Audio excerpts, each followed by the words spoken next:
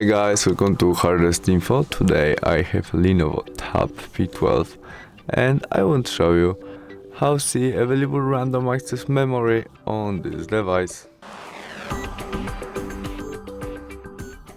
We start off opening Settings application.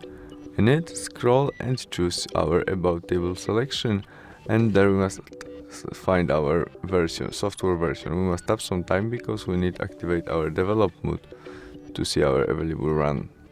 Now we must enter our look screen to confirm our develop mode opening, and after we have this notification, we choose general settings where we have our developer option.